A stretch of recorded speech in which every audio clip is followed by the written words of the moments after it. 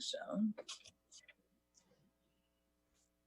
Are we there, folks? All right.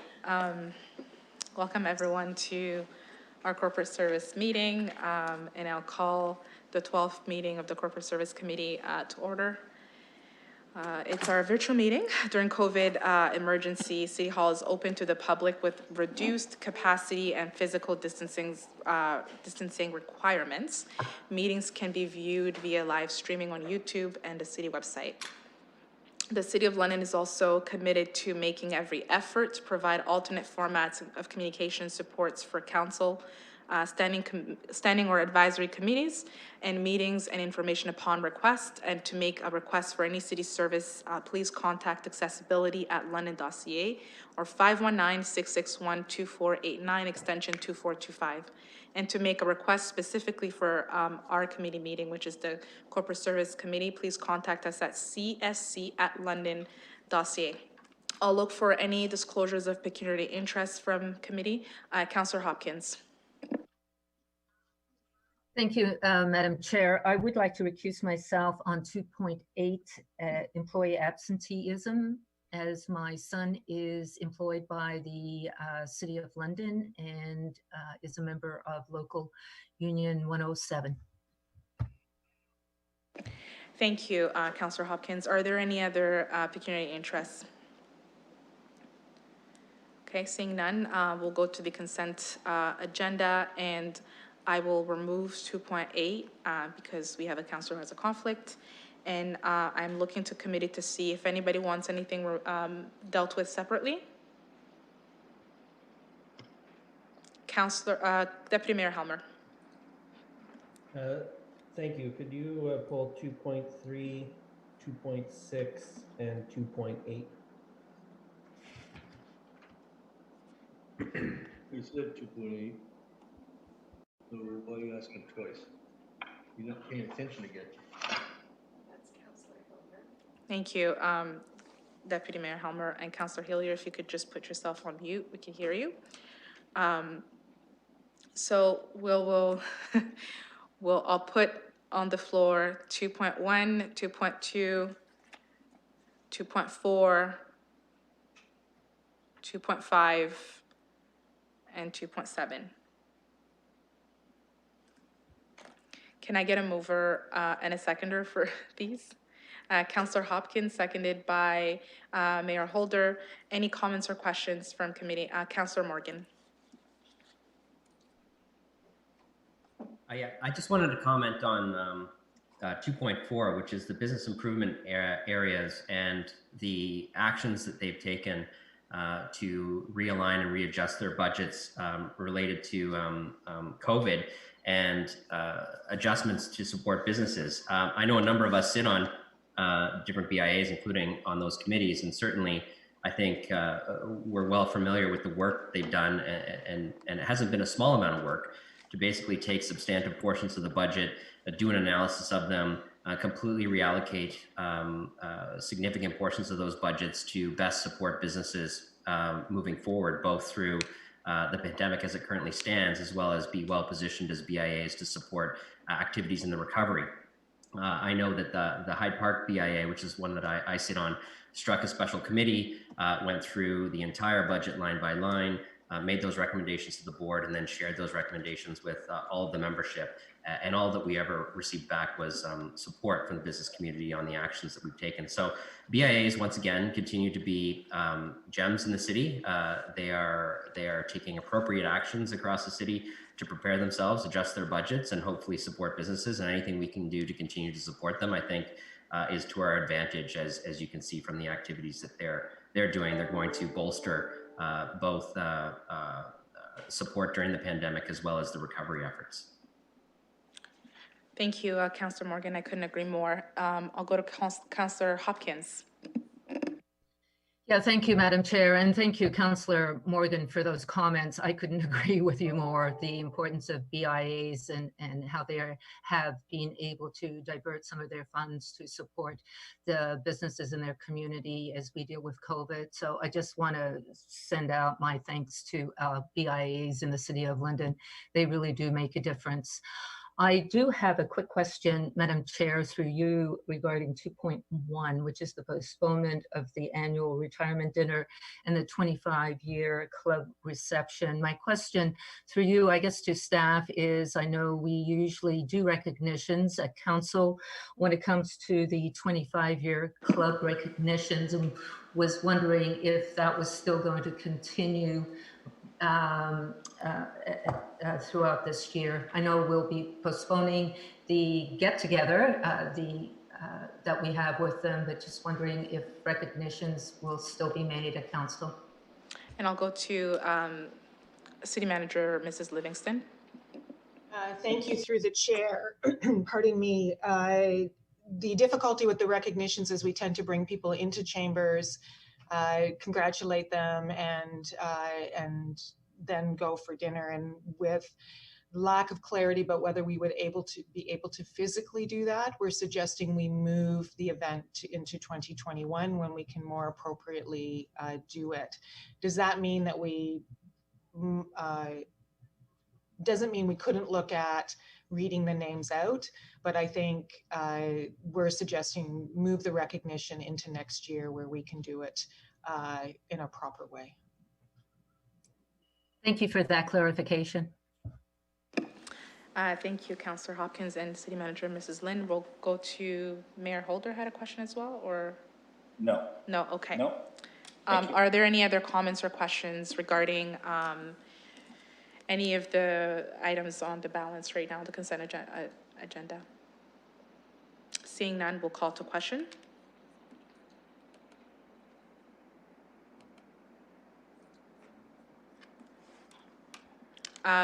Councillor Van Hulst? Yes. Deputy Mayor Helmer? Yes. Councillor Morgan? Yes. Councillor Hopkins?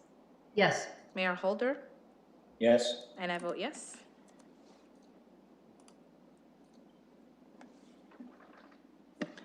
Closing the vote, the motion's passed 6-0.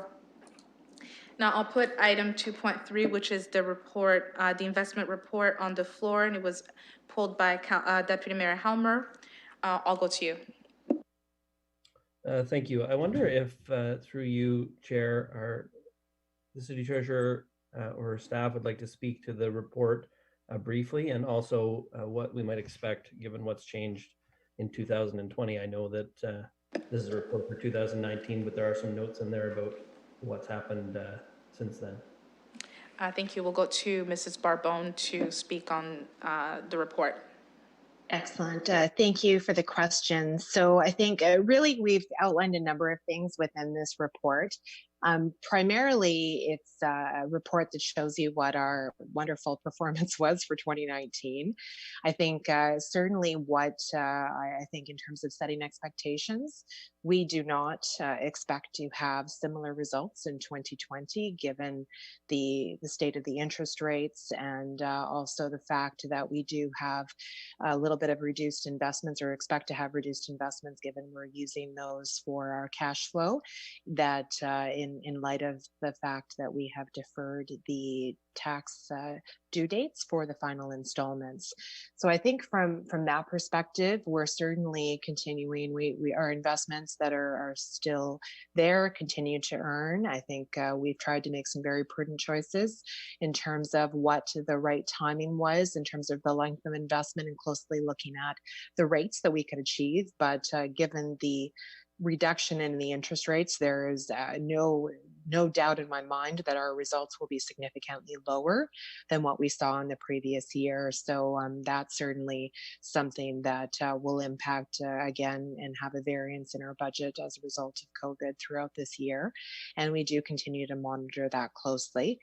We also did provide a little bit of the status in terms of what our equity and prudent investor update as well in the report, just to give you a sense of where we're going. We are still monitoring everything within our policy. It is not something we're looking to proceed with at this time, but we continue to investigate the tools to try to maximize whatever returns we can under our existing policy and try to make the choices to continue whatever investments we're able to maintain in light of the cash situation that we have. I think that's probably the biggest update in terms of just where we're at and what our expectations are. We know there are accounting standard changes that will be coming in the next few years as well that will impact how we record those gains and losses on our financial statements, but we still have a little bit of time before that occurs, and we'll continue to update council as we move forward. Thank you. Are there any further questions, Councillor Helmer? I'm happy to move the report. Awesome. Can we get a seconder? Mayor Holder, any other comments or questions? No? Then we'll call to question. Councillor Van Holst? Yes. Deputy Mayor Helmer? Yes. Councillor Morgan? Yes. Councillor Hopkins? Yes. Mayor Holder? Yes. And I vote yes. Closing the vote, the motion's passed 6-0. Okay, so now I will put item 2.6 on the floor, and that was also pulled by Deputy Mayor Helmer. And thank you through the chair. Again, I'm hoping that our staff in Realty or other folks from the Industrial Land Development Strategy team might want to speak to the report overall, but also specifically to the recommendation that is saying to keep the prices the same. I know that this is an area where there's been a lot of activity over the past few years. I know the economic situation has been severely impacted by COVID-19, but despite that, there's still a lot of activity in this area. And so I would just wonder if this finance or Realty or anyone else from the ILDS team wants to speak to the overall report and the idea that we should keep the prices the same as they were last year. And in fact, the last time we adjusted them was 2018. I'll go to Mrs. Barbone to comment on this since it's her report. Thank you. I will pass this along to Mr. Warner, who is on call to be able to answer the question. Thank you. Thank you. Through the chair, thank you for the question. This report has been prepared by the ILDS team. I do have Capillo Coche also on the call, and he'd be able to assist in discussing sales activity, pricing expectations, and the inventory. I just wanted to mention, though, we do have a team, internal team, including Mark Henderson, Capil, Greg Barrett, Chris McIntosh, who's our engineer, Adam Ostrowski in Realty, and Stacy Bedeen, as well as myself.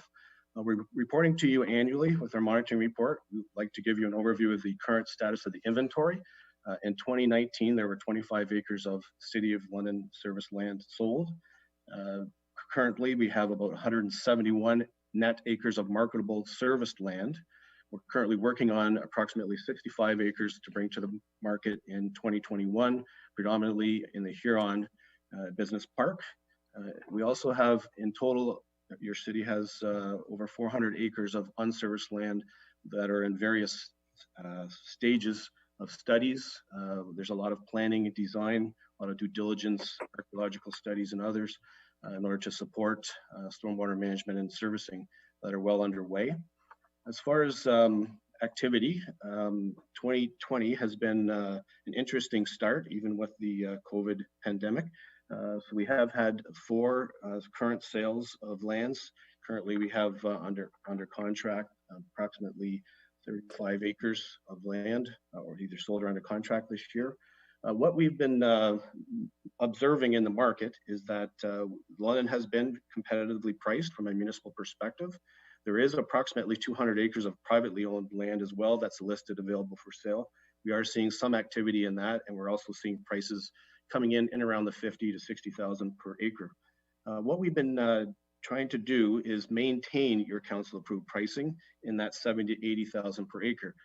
Compared to the past, when we found that it was more difficult to maintain the pricing, and as you can tell by the report and the tables, the net sales average for most of the parks has been something less than 50,000 an acre. But at this stage, in the last year or two, we've been able to maintain your council approved pricing. And at this stage, we are cautiously optimistic. And for these reasons, we are recommending that you maintain the current pricing level that was set in 2018 for another year, and we'll see how things turn out with the economic uncertainty under current circumstances. Could I also maybe just ask if Kapil would like to add to that discussion? Thank you, Bill, and through the chair, just a couple of additional comments to build on what Bill has mentioned. The land in Southern Ontario in the areas we're looking at is competitive. So the recommendation is based on our ILDS team's review of that competitive landscape. And in keeping with our goal to keep a strong pipeline of prospects and build on the momentum that we've generated over the last several years. So all that put together is what the recommendation is based on. But land pricing in Southwestern Ontario is quite price sensitive. And the prospects that we end up working with are in fact looking at other competitive options around London and the broader Southwestern Ontario region. Thank you. Thank you, Mr. Warner and Mr. Kapil. Are there any other questions coming from committee? Yes, Deputy Mayor Helmer. Thank you. I appreciate the response, and I think the report overall is a very good news story. I wanted to say I do support the idea of keeping the pricing where it is right now, especially we're working through some pretty significant uncertainty. We also have made some changes not that long ago to the development charges grant program, and I think seeing how that works its way through and what the impact is. I mean, the net cost of the land for many of these purchasers is going to include what they're going to receive on the development charges grant side as well. So, you know, I think we made a change there. We're planning to make some further changes to that in a couple of years. And I think keeping an eye on the pricing as we do with this report is the right way to be managing at this point. I do think we have to be always conscious that, you know, we're in a market where land value has been increasing pretty significantly in Southwestern Ontario. And I want to make sure that we're not undervaluing the land that we have and when we go to market. And I appreciate the work of the whole ILDS team on this file. Thank you. I think Councillor Van Hoos had his hand up. I don't know if he still wanted to make a comment. My questions were answered by staff. Okay, thank you. Amazing. Now we'll go to Councillor Morgan, and then we'll go to Mayor Holder after. Yes, thank you, Chair. I won't touch on what the Deputy Mayor touched on. I think his comments were on the mark. And I just wanted to also congratulate the team on the work that they've done to keep the ILDS strategy going and successful over a multi-year time horizon. The question that I had relates to one of the supportive elements of our industrial land strategy that has been researched in recent years, and that's the provision of public transit to the industrial areas. I see a section of the report relates to the work that has been done by the LTC in conjunction with the LEDC on the assessment and the surveying of businesses, and that the Commission has directed an internal service review. Do we have any sense on, you know, what the time frame on that looks like? I understand that COVID may have, you know, adjusted everybody's time frames on everything, but what were we tracking towards with the provision of industrial service to support the strategy? The report doesn't include, it just says we continue to work on it.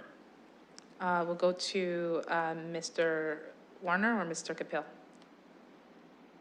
I can jump in there. Awesome. Thank you for the question. And through the chair, just to add some more context, over the last year, there has been a number of focused consultations being conducted in various industrial parks with the end users, so the companies, the workforce that's employed in these industrial parks, to get a better understanding of the routes that are in play.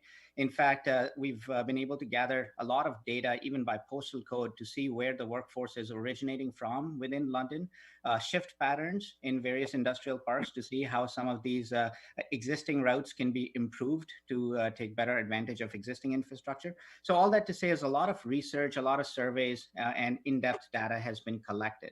Now, of course, all of that stuff was pre-COVID. So before COVID, LTC was weighing in different options, including ride sharing, including some last mile solutions based on where existing transit ends and where support is needed. So all that assessment work was being done prior to COVID. Unfortunately, I don't have an update in terms of what has transpired since COVID, because of course there's a lot of different curveballs being thrown. So I apologize for that, but that's basically where the last update was provided. Thank you. Thank you. We'll go to, sorry, Councilor Morgan, did you have any other follow-up questions or? No, I appreciate the Awesome. response and the update. I recognize that given the current situation, we may be some time between now and when we know exactly what the strategy will finalized strategy will look like. So thank you. Thank you. I'll go to Mayor Holder and then we'll go to Councilor Hopkins after. Thanks very much, Chair, and through you to Mr. Warner, Mr. Lakotia. I look at the industrial land strategy, and I'm exceptionally mindful that we don't just compete within our jurisdiction, surrounding areas in Southwestern Ontario. We compete in the province of Ontario, where business education taxes are different and we're at the high end. We compete nationally, and we compete internationally, where a variety of incentives are in place that don't necessarily exist here. And so we look at what, aside from some of the natural advantages that we have to compete with our workforce and our dual lake water systems, and just because London has a lot of nice people in it. But beyond that, one of the huge things that we compete is the ability of service land available. And I would tell you, I look at Maple Leaf Foods as a great example of that, that is cited in this report. And to have land that is amassed and available and serviceable is so critical. So my question I have through you, Chair, is this. Based on what one could imagine would be our needs over the next several years, because business, as it makes decisions to pick a jurisdiction, do not do it in the short term. It takes whatever time it takes. Are we satisfied with the current levels of land that we have put together to not just to service current needs, but to anticipate some, what I would believe to be potential for greater expansion in our city? What kind of shape are we in is really the question I'm asking. And to the extent that we are looking to amass more, is there kind of a perfect number that you gentlemen could share with us? We'll go to Mr. Warner or Mr. Kapil.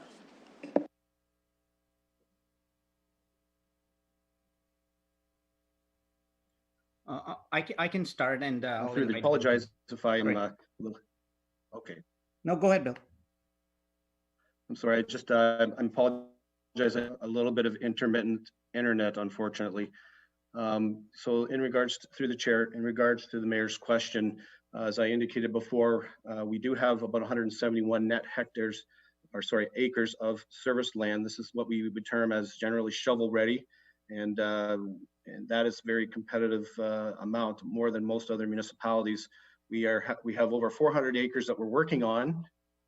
To meet your strategy, we're obligated to probably that amount of land, being around 200 hectares. So right now we're a little bit under that target as far as the longer term, but we think we can catch up. As we indicated, we're working on another 65 acres coming online next year. We're marketing the Huron lands, which are over 200 acres. So I'm going to turn this over to Kapil, because Kapil is working on a recruitment strategy with companies that are looking for large. We do currently have only one parcel that's available at 50 acres, but we are hopeful that within the next 1 to 3 years of much more supply, and we still are looking at a 10-year program. So we are actually in negotiations with property owners. Thank you, Bill. Through the chair, just as the mayor described it, that sales funnel is a constantly evolving process as we're working with various government bodies, site selectors, corporate decision makers who are constantly looking at various options throughout the year. So as that sales funnel is evolving, our ILDS team meets monthly to talk about what we are projecting in terms of sales prospecting or activities over the coming months in order to align these prospects with the current and forecasted inventory that we're also looking to bring on. Now, a lot of this can be influenced very quickly with larger users, such as the Maple Leaf example that the mayor provided. Maple Leaf took just around about 100 acres from our inventory. So those type of large users can significantly change the inventory quickly. So we are, through the ILDS team, constantly monitoring those large users that we have in the pipeline, trying to align our inventory as well as upcoming plans for future development. So we are in good shape to not only service the current needs, but also some of these larger forecasted needs for the next year or two. Thank you.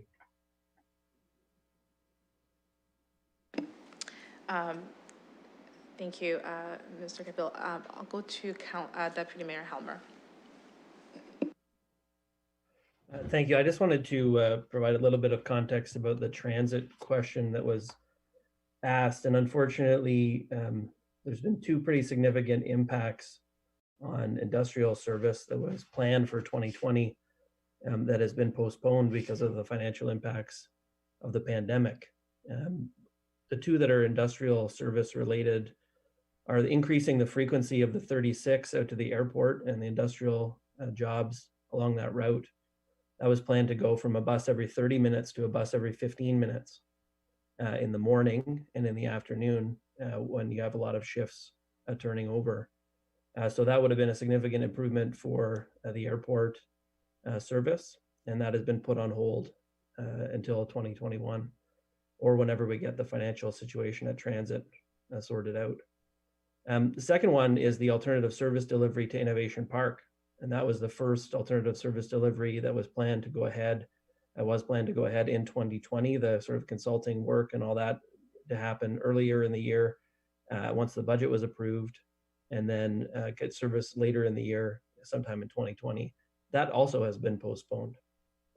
And so, as you know, all the growth plans and the growth funding that were allocated to London Transit, we used a huge chunk of the assessment growth funding that otherwise would have gone into growth to cover the initial part of the initial financial impact from a rear door boarding, which is required because of the pandemic. So this is a good example of how if the province and the federal government wanted to step in anytime now and help with the financial impacts from the pandemic, we could actually be proceeding with things like this and do the planning for them and actually improve service rather than having to put them off.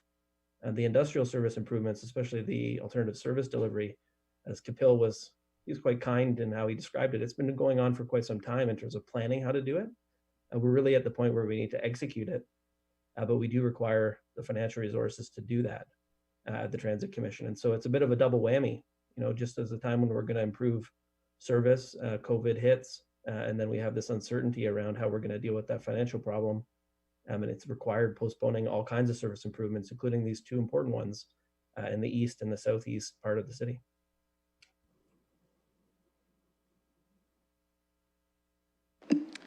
Thank you, Deputy Mayor Helmer, and we'll go to Councillor Hopkins.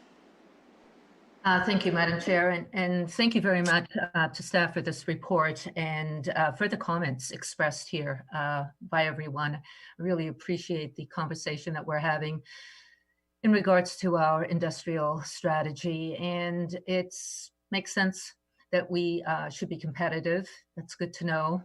I guess being cautiously optimistic during these times is probably the best thing that we can expect. So really thank staff for this report and the confidence that they show in our strategy. I do have a question about our parcels of land. I know a number of years ago when we were going through the strategy, having those large parcels of land was important or more important than the smaller.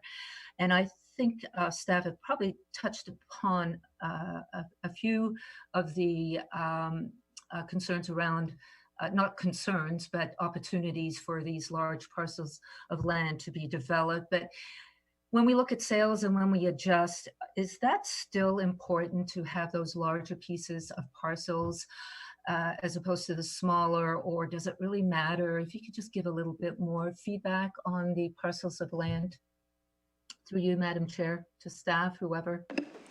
We'll go to Mr. Warner.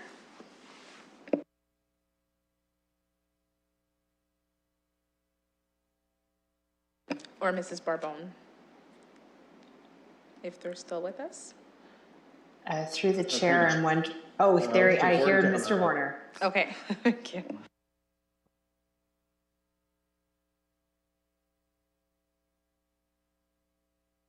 I think Mr. Warner must be on mute or. Through the chair. Okay, we can hear you now. Chair. Sorry. We think it's important to have a diversification of size of parcels. Interesting, each year is somewhat different. In the last couple of years, we've seen more demand for smaller, but having said that, we do recognize we have one parcel of 50 acres in size, and most definitely we are going to need larger parts as well. So I think the inventory is in good shape with the City of London. There is a cross-section of small, medium parcels, as well as the parcel, and currently working on having more larger. Thank you. We didn't hear the first part because your audio was cutting out. I don't know if you wanted to just go over the first part. It can make sense. It looks like Councillor Hopkins is looking for more clarification. Through the chair, yes. With regards to the current inventory, my statement was that it's important to have a cross-section or a diversified inventory, which we believe we do have at this stage. We have a number of small parcels, medium-sized parcels, but at this stage, 50-acre parcel, and we are working on bringing to the market a large parcel next year that the city is well positioned, as well as there are privately owned parcels. There are a number of smaller parcels privately owned in business parks, specifically in the Shamrock Park, and there's also 2 larger privately owned industrial parcels that are available to the market. Thank you. Councillor Hopkins, do you have any further questions? No, I appreciate the clarification.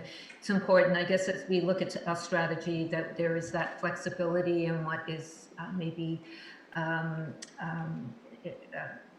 especially when it comes to sales, how things fluctuate and change. But again, thanks very much for the report. Thank you. Any other comments or questions? Okay, seeing none, we'll call to question. Oh, we need a mover and a seconder. Councillor Hopkins, seconded by Councillor Morgan. And I'll call to question. Councillor Van Hulst. Yes. Deputy Mayor Helmer. Yes.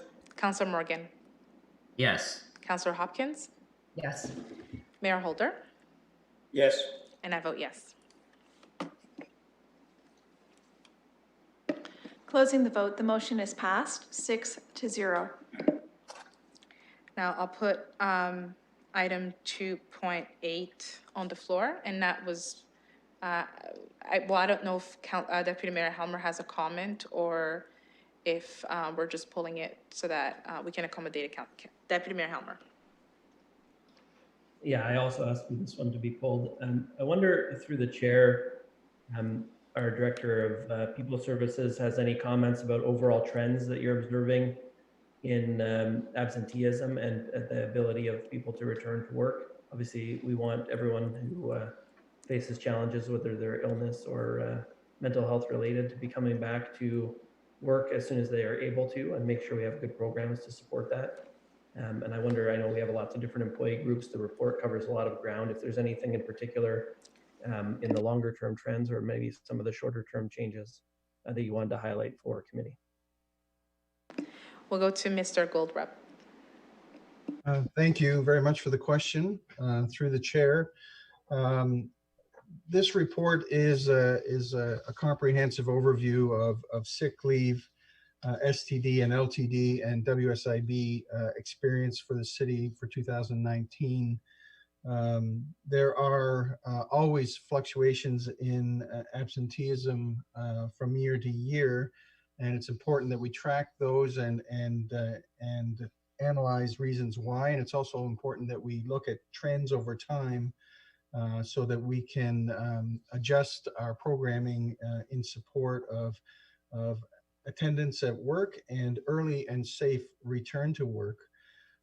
I'm obviously in this report for 2019, we're seeing generally an increase in hours of sick use, and that is always a bit concerning. It is a sort of a one-year jump, so certain things have to be taken over that longer trend to really analyze deeply what is happening. We do know that drivers in this year in particular are in our fire area and in our Dearness Center, particularly our Unifor workers, and in our management sector. What we're seeing is, first of all, a demographic of age and related physical ailments and need for time away, specifically in fire and Dearness for a workforce that is quite physical in nature. We're also seeing an increase in mental health reasons, which is, I think, quite standard in the municipal space. And we have excellent participation in our employee assistance programming. And we also have mental health and wellness committees that are quite active and doing a good job. But these are stressful times, and we are seeing use of those programs increase and absenteeism due to mental illness increase. I think that overall our return to work programming at the City of London is excellent, top tier as far as I'm concerned and in my experience. We are returning employees as soon and to work in a safe manner as possible, and I believe that is the case for short-term disability, long-term disability, where those employees on long-term disability can return to work, and in our WSIB experience. I think we have a strong and robust program for attendance support. I like the emphasis on attendance support as a positive. And I believe it is very much appreciated by employees in my 6 months of experience here at the city. And I know that the team that does this attendance support and the management that does this attendance support with our HR team are quite confident that it's a good and effective program. I do think that we have to monitor the increase in overall sick use, but I know that it is within the bounds of what is normal in the municipal space, and I don't see a situation of emergency, if you will. And I'll stop there. I do have Gary Bridge on the phone as well. He's our manager of occupational health and safety, and might speak to more specifics if you have more specific questions, sir.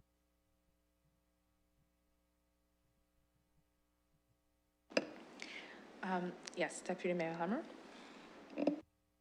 Thank you very much. I just wanted to follow up. So based on what you're seeing in terms of the trends, 2019 versus the most recent couple of years and the overall trend, is there anything that you're adjusting in terms of how the support programs are delivered to deal with some of the emergent issues that you're seeing, changes that you've been seeing over time? I wonder if you could just address that, whether there's any changes you're making in 2020 or thinking for 2021. Yes, through the chair, one change that we have implemented in 2020 for the management sector is that employees off work at the 6-week mark must go to a third party for adjudication of their sick leave. And we're already seeing positive impacts with that program. Not only does it help clarify the situation for the employee, it informs an early and safe return to work. And that has been a very good addition. We've also have to note that under the Employment Standards Act, there has been a change which allows employees 3 sick days per calendar year. These days are not included in our employee attendance support program, where we trigger at 96 hours our interventions. So we may, and we are considering adjusting our trigger point for interventions with respect to attendance support due to that change. We are also always looking to improve our mental health and our wellness programs, our training with respect to accident prevention to keep our WSIB experience as low as possible. These are our continuous improvement activities. Any other questions or comments? Deputy Mayor Helmer. Thank you. I didn't want to monopolize the mic, but I do have one last question related to this report. And in terms of long-term disability in particular, I appreciate the tables that break it out with people who are expected to not ever return to work removed, so you can kind of get a sense of what's going on with the rest of those long-term disability claims. And I wonder if you wanted to say anything through the chair, if our staff had anything to say about the long-term disability trend in particular. It seems to be generally in the same direction for most of the employee groups, but obviously there's some differences. I wonder if you wanted to just talk about LTD in particular. Gary, maybe I'll ask you to cover this question, please. Just through the chair, what I would say about long-term disability is it is a reflection of our aging workforce. We do have an aging workforce. Currently, the average age is 46 years of age, 46, 47. And when you start to take a look at some of those long-term disability numbers, specifically some at the Dearness home are specifically high. And given the nature of the work that they perform at the Dearness home, I think we can understand partly why those numbers are at the levels they are.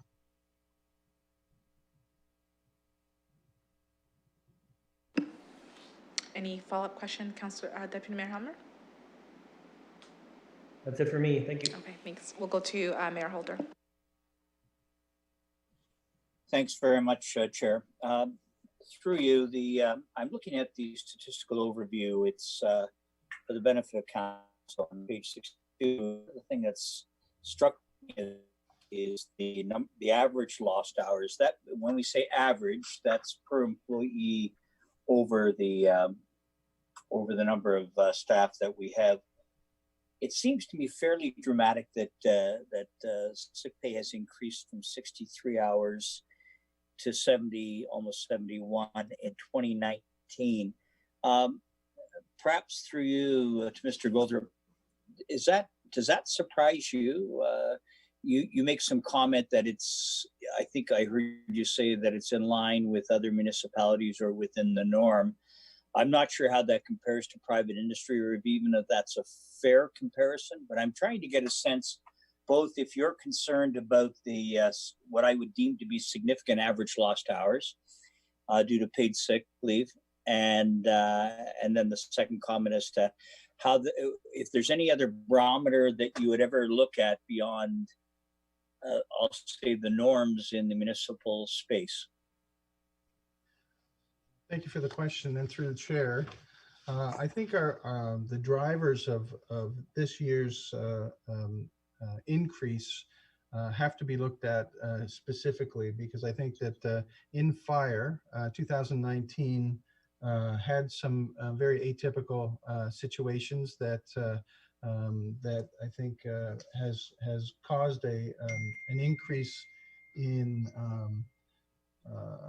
in the use of sick time and fire, and with 24-hour shifts, that can drive a lot of hours with respect to a use of sick time. I think too that 1 year's fluctuation, again, that's why we look at trends over multiple years as we are. I think that we can hope that the sick leave experience in fire will normalize in 2020 and beyond. Similarly, I think that activities that are being put in place with respect to mental health and wellness programming ought to have leveling effect over the years with respect to those results in 2020. But I think fire and sick leave use in dearness in particular is something to focus on and delve into every chance we get through joint health and safety committees, wellness committees, discussions with management to continue to have specific interventions to improve this. Obviously, any increase in use of sick time is a concern. It's something we monitor closely. Use of sick time is a norm, and we have to expect that there will be use of sick time and occasionally fluctuations in that use. Well, that's a very thoughtful answer, a little general. And of course, sick time is there to be used for the reasons that it is. And clearly, I don't think any of us challenge Mr. Goldrup. That's the reason why it's there to begin with. So you're thinking that your comment, if I gather, is that it's primarily fire and dearness that has caused the significant increase in sick leave. Is that what I'm hearing you say? Through the chair, that is the significant change in 2019's numbers is primarily driven by those areas. Management's number is also up, and again, the large part of that is employees taking time away for mental health and work stress. Through you, Chair, I probably asked an unfair question when I was trying to compare or at least get a contrast to private industry. So instead, perhaps if I can, based on if you've looked at these numbers relative to other municipalities throughout the province, let's just leave it at the provincial, are the trends the same? If we were to look at the public information of a Hamilton or a Toronto, would we see similar circumstances? I wonder if you might have some thought around that, if you have had a chance to look at it. Yes, through the chair. In my experience in other organizations, using the Human Resource Benchmarking Network as a means of looking across the municipal space, these numbers are not out of line with the municipal average. Gary Bridge, you're using a different network for comparative information? Through the chair, when we consider, to your question, Mayor, is when we compare numbers to other municipalities, we are in line with that, if not below that. Specifically, when we look at prior years, the jump to 70 this year is to give us caution and something we should monitor moving forward. Chair, I have no other questions. Mr. Goldrup, thank you. Thank you both actually for your comments. That's helpful. You are welcome. Thank you, Mr. Mayor and staff, for responding to questions. Are there any other comments or questions regarding this item?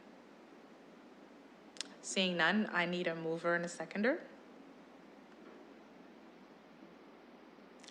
Moved by Deputy Mayor Helmer, seconded by, I'll second it. And we'll call to question. Councillor Van Holst. Yes. Deputy Mayor Helmer. Yes. Councillor Morgan. Yes. Councillor Hopkins. Recuse. Oh, yes. Sorry about that. Mayor Holder, Yes. and I vote yes. Closing the vote, the motion's passed 5-0 with 1 recuse. Thank you. Now I'll go to deferred matters and additional businesses, and I'll go to item 5.1, which is a motion being moved by Deputy Mayor Helmer, and it is the motion to stop remunerations for elected officials and appointed citizen members for 2020, that there'll be no increase, and it's seconded by Councillor Karabaga, myself. Any comments or questions? Yes, we'll go to Deputy Mayor Helmer for comments. Thank you, colleagues. Normally, if we followed our policy, we'd be looking at a modest inflationary increase to remuneration for ourselves and also for the appointed citizens. However, given what we know is going on in the economy overall, we've already seen pretty significant deflationary pressures at the beginning of the pandemic. I think having no increase is a much more prudent course of action than taking the essentially automatic inflationary increase that would happen otherwise. So that's what we're suggesting in the letter, is just keep it the same as it was last year. I don't think this is the year to be taking even inflationary increases to remuneration. Anything we can do to contain costs is something we're going to have to look at, and I think this is one where we can lead by example. So hopefully everybody supports that. I think it's kind of a common sense approach. I'll go to Councillor Hopkins. Yes, I just would like to thank the Deputy Mayor and Councillor Cassidy and yourself, Madam Chair, for bringing this forward. It's the least that we can do, and very supportive of not taking that increase. Thank you. We'll go to, and also wanted to mention Councillor Maureen Cassidy. I didn't mean to leave you out of the motion. It's just that we needed a seconder. So we'll go to Mayor Holder. Thank you very much, Chair. It's certainly my hope beyond committee that council supports this decision with respect to withholding an inflationary increase. These are some of the most unique times we've been through, and I think it is an important commitment and equally an important signal to our community that we stand together through COVID. And I think this is a prudent course of action. And I salute the three members of council who put forward this recommendation. And as it goes to council, it will be my hope that all will support this as well. Thank you.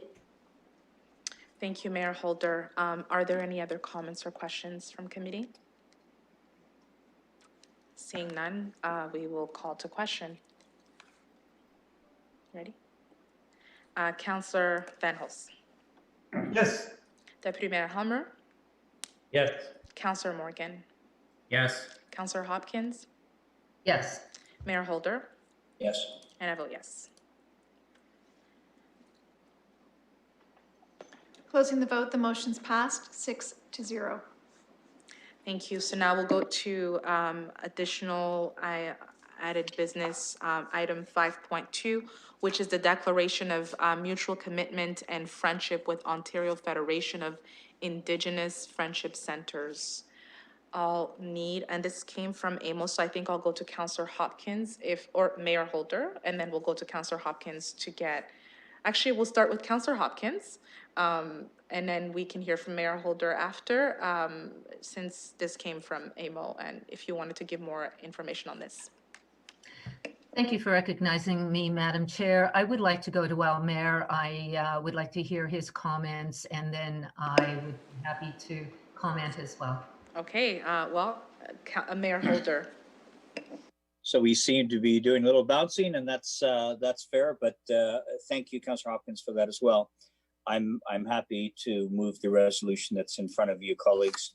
I hope that ultimately will be supported by council. I think you'll find a very friendly and supportive seconder, but I will not steal her thunder, as you will recognize her next. But look, over the last several months, AMO and the Ontario Federation of Indigenous Friendship Centers have developed a joint declaration of mutual commitment. But what I'd like to remind colleagues is that earlier this year, both the city and the NAMRIN Friendship Center signed a memorandum of understanding. And the intention with that was to strengthen the existing relationship between NAMRIN Friendship Center and the Corporation of the City of London. That goal, of course, was to achieve a greater impact in improving the lives of urban Indigenous people in the City of London by strategically partnering resources and sharing expertise when possible. I think what this does, this declaration, it moves forward through AMO, and it's an opportunity for us as the City of London to reinforce that commitment and to participate in similar work at the provincial level. So from my perspective, I'm delighted to have the councillor who is our AMO representative to speak to this, as well as I am more than delighted to recommend its moving forward. Thank you, Mayor Holder. We'll go to Councillor Hopkins.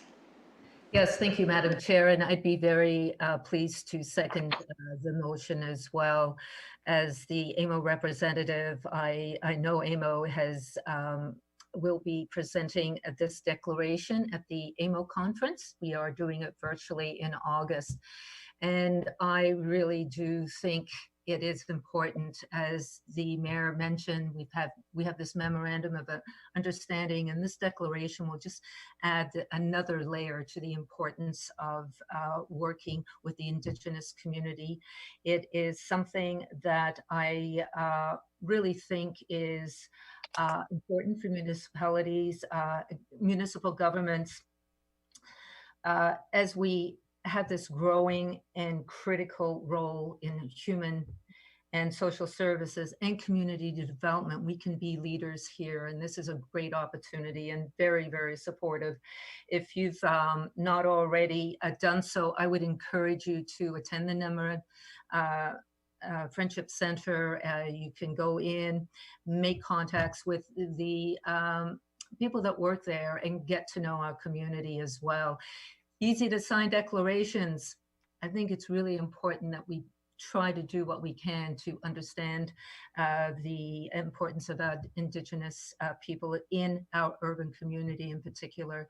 So I'm looking forward to this declaration coming to the AMO conference in August. If you haven't done so, I would encourage you to join up to the conference as well. There's lots of things going on, but I'm just very excited that this is coming forward.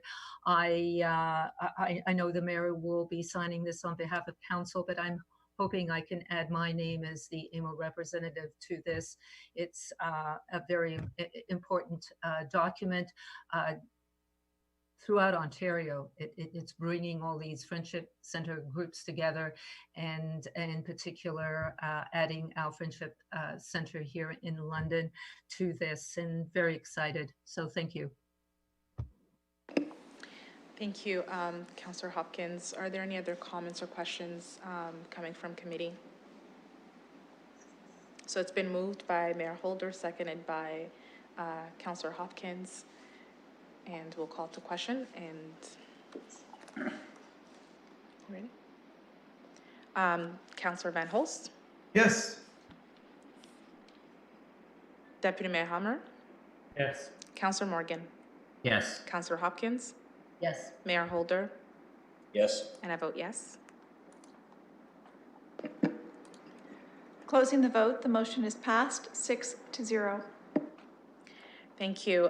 So we are now done with our public portion of our agenda. We will be moving into our closed session for one item. And we'll wait for the live to go off and for tables to be switched around. So we need a motion to do that. I apologize.